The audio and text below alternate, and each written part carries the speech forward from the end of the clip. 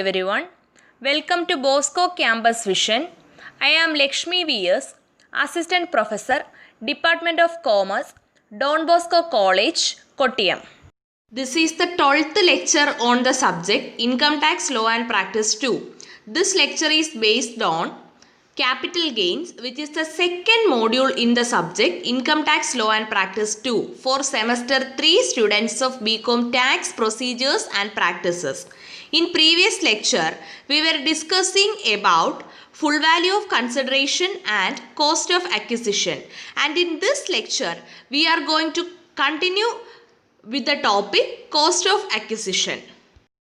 Cost of acquisition എന്താണ് എന്ന് നമ്മൾ പഠിച്ചിരുന്നു. അസസി ക്യാപിറ്റൽ അസറ്റ് അക്യൂർ ചെയ്യുന്ന വാല്യൂ ആണ് cost of acquisition. However, in the following cases, the meaning of cost of acquisition does not hold good and cost of acquisition is taken as a notional figure. അതായത് നമ്മളിപ്പോൾ പഠിച്ച ഈ cost of അക്വിസിഷൻ്റെ meaning ഇനി പറയുന്ന കേസിൽ this meaning does not hold good and cost of acquisition ഒരു notional figure ആയിട്ടായിരിക്കും എടുക്കുന്നത്. ഓക്കെ, അതായത് ഇനി പറയുന്ന കേസസിൽ കോസ്റ്റ് ഓഫ് അക്വിസിഷൻ നമ്മൾ പഠിച്ച മീനിങ് പ്രകാരമല്ല വരുന്നത്, ഒരു നോഷണൽ ഫിഗർ ആയിട്ടാണ് കോസ്റ്റ് ഓഫ് അക്വിസിഷൻ എടുക്കുന്നത്. നമുക്ക് ആ സർക്കംസ്റ്റൻസസ് ഏതൊക്കെയാണ് എന്നുള്ളത് നോക്കാം. Okay, and the first one is cost to the previous owner deemed to be the cost of acquisition. അതായത് പ്രീവിയസ് ഓണർ ഇൻകർ ചെയ്ത cost it is deemed to be the cost of acquisition.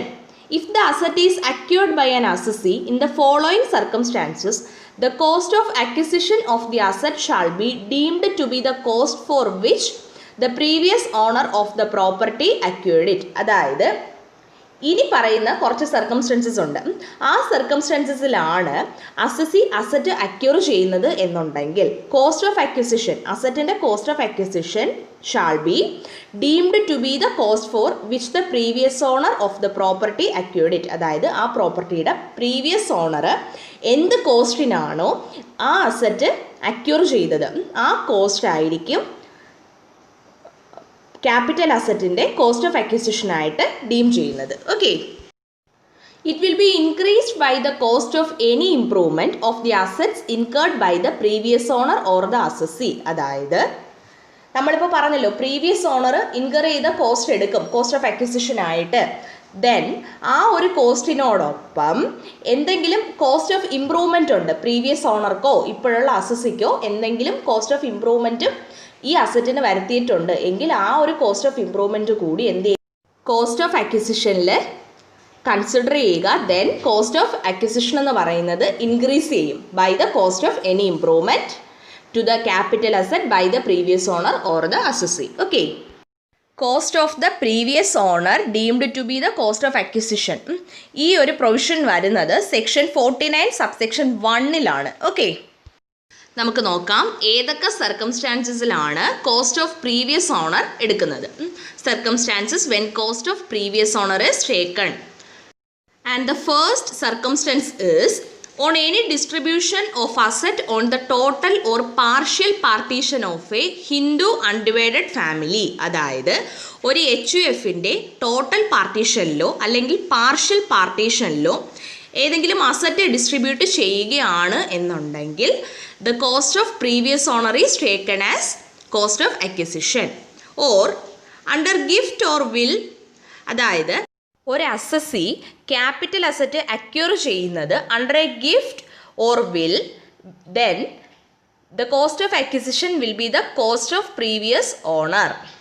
Or by succession, inheritance or devolution. അതായത് ഒരു assessee asset acquire ചെയ്യുന്നത് by succession, inheritance or devolution ഇങ്ങനെയാണ് എന്നുണ്ടെങ്കിൽ the cost of acquisition will be the cost to the previous owner. or on any distribution of the assets on the dissolution of a firm, body of individuals or other association of persons at any time before 1st April 1987. അതായത് ഒരു ഫേമോ body of ഇൻഡിവിജ്വൽസോ other association of പേഴ്സൺസോ dissolve ചെയ്യുമ്പോൾ assets distribute ചെയ്യുന്നു. Then ഈ dissolution സംഭവിക്കുന്നത് before 1st April 1987, 1st April 1987 മുന്നേ ആയിരിക്കും. ദെൻ ഈ ഒരു ഡിസൊല്യൂഷൻ്റെ ടൈമിൽ ഡിസ്ട്രിബ്യൂട്ട് ചെയ്യുന്ന അസറ്റ്സിൻ്റെ കോസ്റ്റ് ഓഫ് അക്വിസിഷൻ എന്ന് പറയുന്നത് cost to the previous owner ആയിരിക്കും. Or on any distribution of assets on the liquidation of a company, ഒരു കമ്പനി ലിക്വിഡേറ്റ് ചെയ്യുമ്പോൾ അസറ്റ്സ് ഡിസ്ട്രിബ്യൂട്ട് ചെയ്യുന്നു, then the cost of acquisition of these assets will be the cost to the previous owner. Or under a transfer to a revocable or an irrevocable trust, then it means that ഒരു asset acquire ചെയ്യുന്നത് under a transfer to a revocable or an irrevocable trust, ഒരു revocable അല്ലെങ്കിൽ ഒരു irrevocable ട്രസ്റ്റിലേക്കുള്ള transfer വഴിയാണ്. Then the cost of acquisition of such asset will be the cost to the previous owner. Or on transfer by a parent company to its Indian subsidiary company which is wholly own by the parent company. അതായത് ഒരു parent company അവർ wholly own ചെയ്യുന്ന Indian subsidiary കമ്പനിക്ക് transfer നടത്തുമ്പോൾ, asset transfer നടത്തുമ്പോൾ, then the cost of acquisition of such asset will be the cost to the previous owner. Or on the transfer by a subsidiary company to its Indian holding company which owns the whole of the share capital of the subsidiary company. അതായത് ഒരു subsidiary company അതിൻ്റെ whole of the share capital hold ചെയ്യുന്ന ഒരു holding കമ്പനിക്ക് asset transfer ചെയ്യുന്നു. Then the cost of acquisition of such capital asset will be taken as cost to the previous owner. Or on the transfer of capital asset by the amalgamating company to the amalgamated company if the amalgamated company is an Indian company. Means that ഒരു amalgamating company amalgamated company ഒരു Indian company ആണെങ്കിൽ amalgamated കമ്പനിക്ക് ഒരു amalgamating company capital asset transfer ചെയ്യുന്നു. Then cost of acquisition of such capital asset will be taken as cost to the previous owner. Or on transfer of shares of an Indian company by amalgamating foreign company to the amalgamated foreign company. It means that ഒരു Indian കമ്പനിയുടെ shares amalgamating amalgamated foreign കമ്പനിക്ക് transfer ചെയ്യുന്നു. Then the cost of acquisition of such shares will be the cost to the previous owner.